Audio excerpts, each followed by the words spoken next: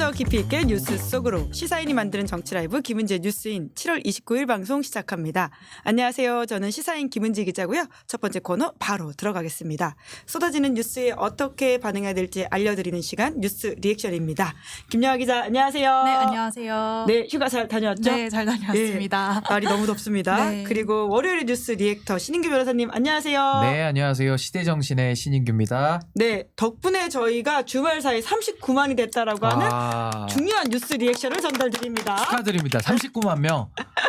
예, 쭉쭉 올라가고 있습니다. 진짜 요즘 하여튼 시사인 시대입니다. 네. 시사인 시대, 신인규 네. 시대 함께 쭉쭉 가시죠. 자, 첫 번째 뉴스 키워드 가볼까요? 네, 강제 노동 빠진 사도광산 유네스코 등재. 네, 이러한 사실을 윤석열 정부가 사전에 합의했다라고 하는 일본의 보도가 나왔습니다. 네, 조선인 강제 동원이 대규모로 이뤄졌던 이 일본의 사도광산이 지난 27일 유네스코 세계유산으로 등재됐습니다. 이 세계유산위원회 21개국의 전원 동의 방식으로 결정되는 건데 여기에 한국 정부가 찬성을 한 것을 두고 논란이 커지고 있는데요. 어제 일본 요미우리 신문에 따르면요. 한일 양국 정부가 현지 전시시설에 강제노동이라는 문구를 사용하지 않는 대신 당시의 생활상을 설명하는 것으로 사전에 의견을 모았다. 이런 보도가 나왔습니다. 그러면서 한일 정부가 내년 국교 정상화 60년을 앞두고 관계 개선이 진행되고 있어서 새로운 불씨를 만들고 싶지 않다는 생각이 작용했다라고 이 요미우리 신문이 설명을 하고 있는데요. 이 보도에 대해서 외교부 당국자는 이 강제성 표현 문제는 2015년에 이미 정리됐다. 표현 문제를 놓고 일본과 협의했던 것은 아니다. 이런 입장을 내놨습니다. 즉 이제 한국 외교부의 주장과 배치되는 일본 측 보도가 나온 건데요. 중요한 거는 외교부가 언급했던 2015년 군함도 사례에도 문제가 있다는 겁니다. 이 군함도가 세계유산에 등재될 당시에 반발이 일자 일본 정부가 한국인들의 강제노역 사실을 공개적으로 인정하고 또 관련된 시설들을 만들겠다 이렇게 약속을 했지만 이를 이행하지 않았기 때문인데요. 이번에도 이 사도광산의 조선인 노동자 기록을 담은 전시관이 공개되기는 했으나 이 사도광산으로부터 2km가량 떨어진 그곳에 설치된 소규모 박물관인데다가 여기에는 강제동원이나 이런 표현이 빠져 있고 또 일본 측의 사과도 빠져 있습니다.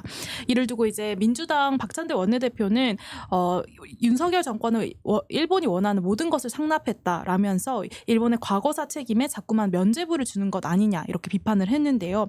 반면 국민의힘 외통위 위원들은 지난 27일 성명을 내고요. 대화와 외교를 통해 한일 관계를 선순환을 만들어낸 결과라면서 이 정부의 외교적 노력을 폄훼하고 반일 성동을 시도하는 행태는 국익에 도움이 되지 않는다고 평가했습니다. 네, 관련해서 여야의 평가가 엇갈리고 있는데요. 신인규 변호사님은 어떻게 보십니까? 그러니까 저는 이제 뭐 친일이다, 매국이다라는 표현을 상당히 좀 자제해서 써왔었는데 이번에 이 사도광산 이 문제를 지켜보면서 이제는 친일에 관한 이제 매국 외교 아니냐라는 생각이 들었고요. 그 3.1절 기념사나 광복절 기념사를 대통령의 그 메시지를 보면 굉장히 그 대일 외교에 대한 원칙에 대한 선언이 없었거든요. 그러니까 예를 들어 영토 문제, 역사 문제 여기에 대해서만큼은 일단은 과거의 일본의 잘못은 따끔하게 지적을 하고 그 다음에 이제 미래 관계를 열어나가는 식의 메시지가 나와야 되는데 전 윤석열 대통령 3.1절 기념사나 광복절 기념사 중에 단 한 번도 그걸 본 기억이 나지 않는다라는 것과 좀 맥이 닿고요. 지금 대일본 외교 정책에서 한국의 국익은 철저히 배제된 상태 아닌가 싶고 아무래도 이제 한미일 공조를 너무 강조하다 보니까 미국이 가지고 있는 동아시아의 전략, 그러니까 일본을 중심으로 이제 동아시아 위기 관리를 하겠다라는 그 전략에 우리가 마치 행동대장이 돼가지고 그 뒷공무니에 뒤처지지 않으려고 굉장히 노력을 하다 보니까 대한민국이 지켜야 될 모든 이익, 실리 이건 다 희생된 거 아니냐 저는 이렇게 보고 있습니다. 네, 계속 팔로우해야 될 뉴스인 것 같습니다. 두 번째 뉴스 키워드 가볼까요? 네, 영인체제 방통위 어디로? 네, 이제 그러다 보니까 빵통이 이런 말까지 나오고 있는데요. 용산에서는 위원장과 부위원장 한꺼번에 임명할 수도 있다 이런 말 나오고 있습니다. 네, 국회 과방위가 지금 전체 회의를 열고 이진숙 후보자의 인사청문 경과 보고서 채택 여부를 논의하고 있습니다. 이 민주당은 윤석열 대통령이 임명을 철회해야 된다고 맞서고 있는데요. 지난 26일까지 사흘간 치러진 인사청문회에서 법인카드 사적 유용 의혹과 함께 또 무단 해외여행을 했다라는 의혹이 추가로 제기됐습니다. 이진숙 후보자가 와인 매장과 골프장 등에서 접대비 명목으로 월 한도 200만 원 가량 200만 원의 2배 가량인 이 420만 원을 쓰면서도 단 한 건의 증빙 자료도 남기지 않은 점, 그리고 2017년 연말에는 열흘간 무단 결근한 상태에서 해외여행을 갔다는 의혹을 두고도 이제 공방이 이어졌습니다. 이 후보자 측은 모두 사실 무근이라고 반박하고 있는데요. 뿐만 아니라 이진숙 후보자의 역사관도 주요 쟁점이 됐습니다. 일본군 위안부 문제와 관련해서 어떤 입장이냐, 강제 동원이라고 보느냐, 자발적이라고 보느냐 이렇게 묻자 논쟁적인 사안이기 때문에 답변하지 않겠다 이렇게 답을 했습니다. 또 무엇이 논쟁적인 거냐 이렇게 비판이 일자 이제 논쟁적인 사안이라고 말한 건 취소하겠다, 개별적인 사안에 대해서는 답변하지 않겠다 이렇게 말을 바꿨습니다. 또 KBS가 이 소속 기자의 세월호 리본을 모자이크하면서 논란이 된 사건도 최근에 있었는데요. 이에 대해서도 특정 방송사의 조치에 대해 말씀드리는 거는 적절하지 않다 이렇게 하면서 답을 회피했습니다. 이번 주 중에 윤석열 대통령이 이진숙 후보자에 대한 임명 수순을 밟을 것으로 관측이 되는 가운데 대통령실은 이상인 전 방통위 부위원장 후임으로 김태규 국민권익위원회 부위원장을 검토하고 있다는 보도도 나오고 있습니다. 이 판사 출신인데요. 과거 박근혜 전 대통령의 탄핵을 두고 좌익 세력의 사변이라고 주장을 해서 논란이 되기도 했습니다. 이 공영방송 이사진 선임을 위해서는 최소한 2인의 그 방통위 위원이 필요하기 때문에 방통위원장과 또 부위원장 임명이 함께 결정될 것이다 이런 관측이 나오고 있는 상황이고요. MBC 대주주인 박문진 이사 임기는 다음 달 12일입니다. 네, 이진숙 후보자 청문회가 유례 없이 사흘에 걸쳐서 진행이 됐거든요. 여러 가지 장면들을 남겼는데 신인규 변호사님 어떤 걸 좀 눈여겨보셨습니까? 그러니까 이게 그 빵통이라는 게 그 영인 체제를 상징하는 빵이기도 하지만 숫자 0이기도 하지만은 전 무엇보다도 이제 먹는 빵, 정말 그 푸드파이터의 한 장면을 보는 것처럼 어떻게 저 많은 빵을 다 먹어치울 수 있을까라는 생각이 들면서 에이 그 개인이 먹긴 힘들지라고 한다면은 뭔가 이걸 가지고 개인적인 그 누굴 뭐 나눠줬을 수도 있고 뭐 개인적인 용도로 착복했을 가능성이 매우 높다라는 이런 생각이 좀 들어가지고 저는 빵밖에 기억이 남진 않는데 일단은 이진숙 후보자의 문제가 많지만은 일단 지금 사안에서도 검증을 들어가는데 논쟁적 사안이니까 대답하지 않겠다 이런 식으로 검증을 회피하고 있거든요. 그렇다면 저는 검증이 두렵고 검증받기 싫은 사람이 왜 공직 후보자에 나왔는가라는 근본적인 의구심이 들 수밖에 없는 거고 2박 3일 동안 이렇게 청문회를 했다라는 거는 역사에 남을 일이지만은 이게 그만큼 이진숙 후보자의 하자가 너무나도 차고도 넘쳤다라고 볼 수도 있는 거거든요. 그래서 저는 결국은 이진숙 후보자를 통해서 결국 방통위원장이 되더라도 방통위라고 하는 국가기관을 더 파괴하고 즉 방통위를 통해서 방송을 장악하는 쪽으로 나갈 것이 명약관화하기 때문에 저는 역대급 최악의 인사를 단행한 최악의 대통령의 인사다. 저 이렇게 정리하고 싶습니다. 네, 근데 결국은 대통령이 임명을 강행하게 될 경우에 막을 방법이 없다 이런 얘기가 나오고 있지 않습니까? 그 향후에는 좀 어떻게 될 거라고 보세요? 그러니까 지금 이제 윤석열 대통령의 생각은 빠르게 MBC를 장악해야 되기 때문에 방통위를 먼저 장악을 해서 그 후속 절차를 밟겠다는 건데요. 2인 체제로 운영되는 것 자체가 위법한 거거든요. 그 위법한 상태에서 내린 모든 결정이 무효인 건데 지금 그 위법 상황을 지금 이진숙 방통위원장 그리고 김태규라고 하는 이분은 판사 출신의 지금 권익위원회 부위원장하고 있는 분을 갖다가 이제 앉히겠다는 거죠. 아니 과거에도 권익위원장 잘하고 있던 김홍일 위원장을 또 데려다가 방통위원장 시키고 6개월 만에 또 위법한 일을 행하면서 또 탄핵을 모면하기 위해서 도망가는 이런 촌극을 벌이지 않았습니까? 전 이진숙 후보자가 오더라도 역시 위법적인 상황에서 위법적인 행위만 하다가 또 도망갈 가능성이 매우 높다. 이렇게 되면 이제는 윤석열 대통령에게 이 책임을 다 묻게 될 것이다. 저는 이렇게 생각합니다. 네, 세 번째 뉴스 키워드 가보죠. 네, 한동훈 최상병 특검법 추진할까? 네, 지난주에 최상병 특검법 부결됐는데요. 이탈표를 두고 해석이 좀 분분한 상황이죠. 네, 지난 25일 재표결 결과 재적 의원 299명 가운데 찬성 194표, 반대 104표, 무효 1표로 나타났습니다. 이 국민의힘에서 단일 대우가 유지됐다면 이 의원 수만큼 108표가 나와야 되는데 그보다 작게 4표가 적게 나온 것인데요. 특히 이제 찬성 의사를 그 전부터 이제 표명을 해왔던 안철수 의원 외에도 3명의 의원이 더 있다는 상황이 되면서 하면서 이제 관련된 해석이 분분해지고 있습니다. 이 추경호 국민의힘 원내대표는 반대표에 오기가 있거나 실수로 기표한 게 확인됐다면서 일축하기도 했는데요. 이 상황이 이렇게 흘러가자 한동훈 대표가 그동안 주장해왔던 제3자 특검법이 다시금 주목받고 있습니다. 한동훈 대표는 그것이 하나의 충분한 대안이 될 수 있다는 입장에는 분명 변함이 없고 당내 민주적인 절차를 통해서 설명드릴 생각이다 이렇게 말을 했습니다. 하지만 민주당 박창대 원내대표가 보다 강화한 해병대원 특검법을 즉각 발의하겠다고 밝히자 이 한 대표는 숫자가 많다고 해서 기본적인 상식과 법 체제를 무시하는 행위를 국민들이 언제까지 지켜볼지 저도 국민과 함께 주시하겠다 이런 답변을 내놨는데요. 특히 친한계로 분류되는 장동혁 최고위원도 이 당선 후인 25일에 우리가 나서서 제3자 특검 논의를 이어간다고 하는 게 맞는지 좀 더 고민해 볼 필요가 있다고 발언을 하면서 이 미묘하게 최상병 특검법과 관련된 뉘앙스가 바뀌는 기류다 이런 해석도 나오고 있습니다. 네, 댓글창에 이탈표가 아니라 소신표다 뭐 이렇게 말씀해 주시는 분들도 네. 계시는데요.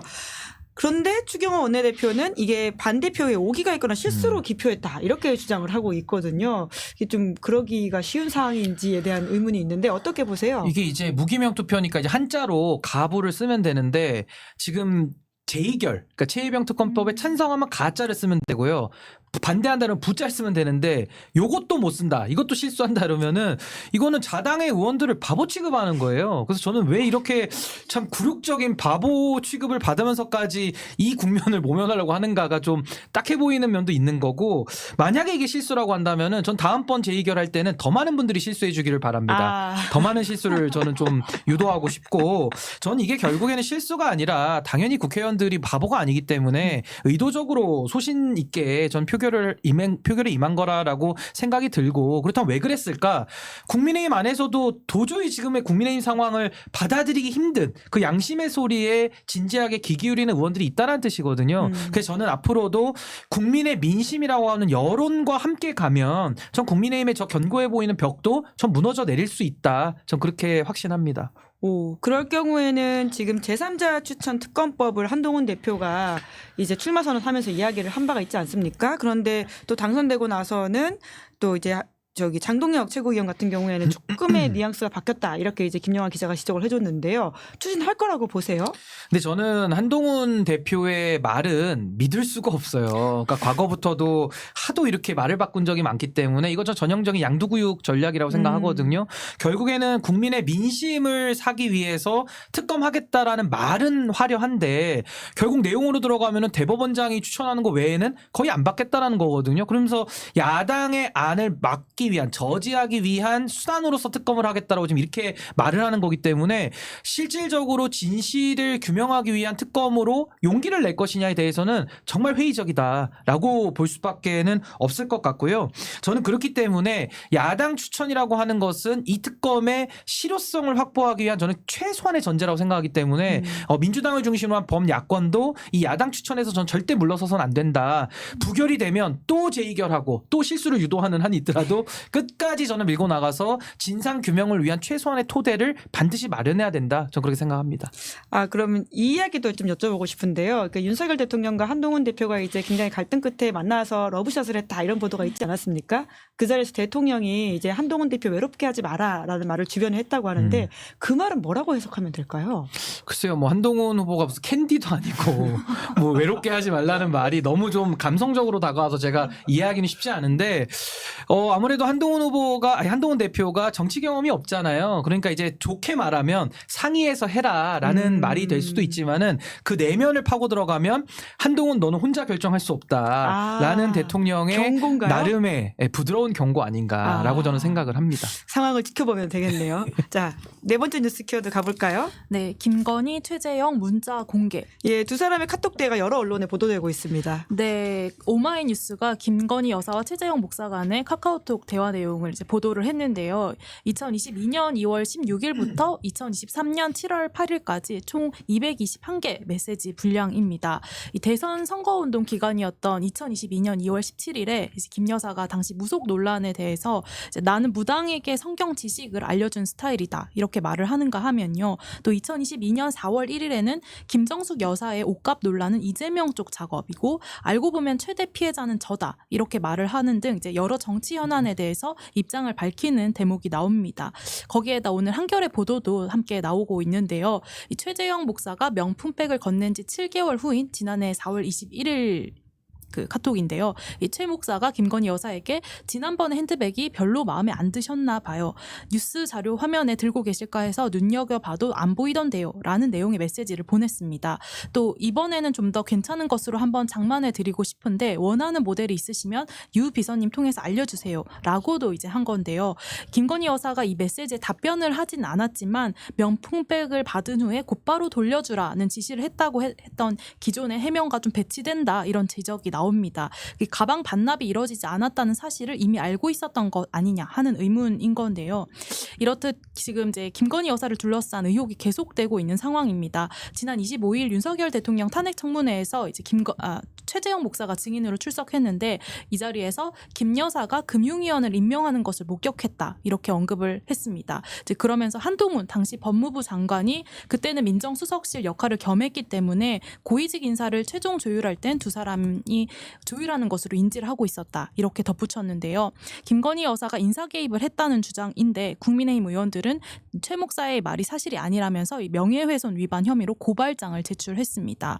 그리고 조금 전 나온 보도가 하나 있는데요. 김건희 여사가 유엔군 참전의 날을 맞아서 그 지난 25일 방한한 19개국 유엔 참전 용사와 유가족들에게 직접 손편지를 전달한다고 합니다. 이 손편지 내용이 좀 전에 공개가 됐는데 70여 년 전 북한의 기습 남침으로 대한민국이 위기에 빠졌을 때 여러분들은 먼 나라 대한민국의 자유를 지키기 위해 달려왔고 유엔의 깃발 아래 하나가 돼 싸웠다라면서 그 위대한 용기와 고귀한 희생으로 대한민국을 지켜냈다 이런 내용을 썼습니다. 이 내용이 강정의 국가보훈부 장관이 대독을 한다고 하는데 이 내용은 이제 67명의 이 각 가족의 대표에게 이제 언어로 번역돼서 전달된다고 합니다. 네, 실시간 나온 소식까지도 감사하게 잘 전달해 주셨는데요.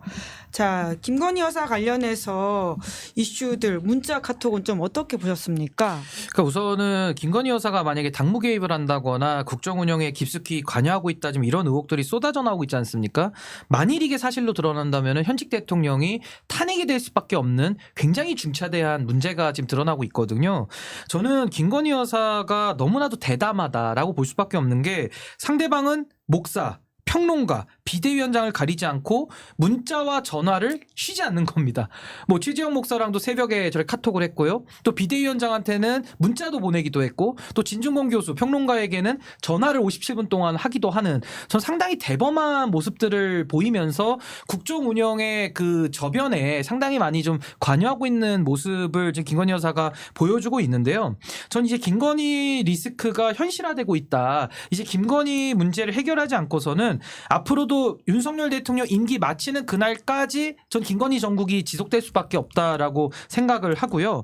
저는 김건희 여사가 범죄를 범하지 않았다면은 오히려 특검을 통해서 의혹을 털어내는 것이 본인에게도 좋고 매우 상식적인 일임에도 불구하고 끝까지 특검을 거부하겠다라고 한다면은 전 국민적 여론 악화는 전 피할 수 없을 것이다. 전 그렇게 보고 있습니다.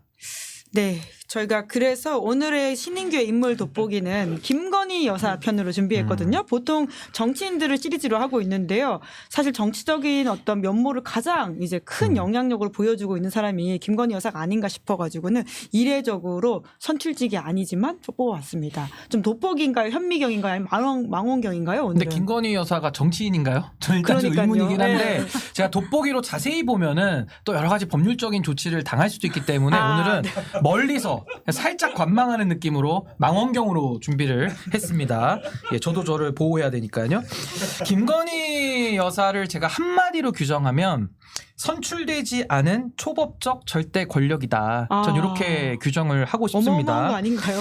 아니 왜냐하면 제2부속실을 설치를 하지 않았고요. 그러니까 대통령 비서실을 공유하고 있다. 이런 영부인은 역대 없었고요. 아마 전 세계에 없을 겁니다. 그 특별감찰관도 현재까지 임명하고 있지 않습니다. 거기다가 민정수석실도 사실상 형해화됐다가 이걸 마지못해 만들었기 때문에 사실상 김건희 여사의 권력을 행사하는 것이 있다면 막을 수 있는 방법이 현재 아무것도 없다. 이게 지금 가장 큰 전 문제의 핵심이라고 보고요. 명품백 수수 뇌물 혐의 그리고 양평고속도로 관련된 직권남용 혐의 그리고 주가 조작 혐의와 나아가서 최혜병 구명로비 관련 의혹까지 이런 식으로 국정 운영에 부정적인 의혹에 연관됐던 영부인이 지금까지는 없었다. 거의 최초의 사례라고 볼 수 있는 거고 후보 시절에 조용한 내조만을 약속했던 김건희 여사 치고는 지금 8대 조작이 공론화되면서 지금 완전히 나라의 국정 운영에 한 발짝도 앞으로 나갈 수 없는 이런 형태를 만들고 있다. 8대 조작은 학력 조작, 경력 조작, 논문 조작, 주가 조작, 그다음에 잔고 증명 조작, 양평 고속도로 노선 조작, 여론 조작, 법리 조작까지 8개의 조작을 쉬지 않고 하고 있다. 뭐 어떤 분은 이거 10대 조작까지 확대하신 분도 있던데 일단 8개만 하겠습니다. 네, 신민규 변호사가 찾은 것으로는 8개의 조작 현재까지는 의혹. 8대 조작입니다. 예, 예, 그래서 저는 특검을 거부하면서 검찰 수사를 받더라도 검찰을 소환하면서 검찰의 폰을 뺏어버리는 이런 영부인은 앞으로도 아마 없을 거기 때문에 저는 이런 김건희 여사의 아주 왕성한 활동에 대해서 영부인이지만 정치인의 반열에 올라가는 거의 최초의 케이스 아닐까. 그렇게 망원경으로만 전 살짝 엿봤습니다. 네, 예, 자세히 보면 문제가 될 수도 있기 때문에. 돋보기 보면 난리 납니다. 예. 네, 저희가 자세한 내용은 또 2부에서도 다룰 예정이어가지고요. 그 이야기 이어서 해보도록 하겠습니다. 자, 두 분, 근데 예. 네. 제가 아까 윤석열 대통령 탄핵 청문회를 25일이라고 말씀드렸는데 26일입니다. 정정하겠습니다. 네, 죄송합니다. 저희 빠르게 또 정정하면서 네. 오늘 7월 29일 뉴스 리액션 여기까지 해보겠습니다. 두 분 수고 많으셨습니다. 네, 감사합니다. 네, 잠시 후에는 김은지의 인터뷰 준비되어 있습니다. 기다리시는 동안 구독, 좋아요, 알림 설정 부탁드리겠습니다. 고맙습니다.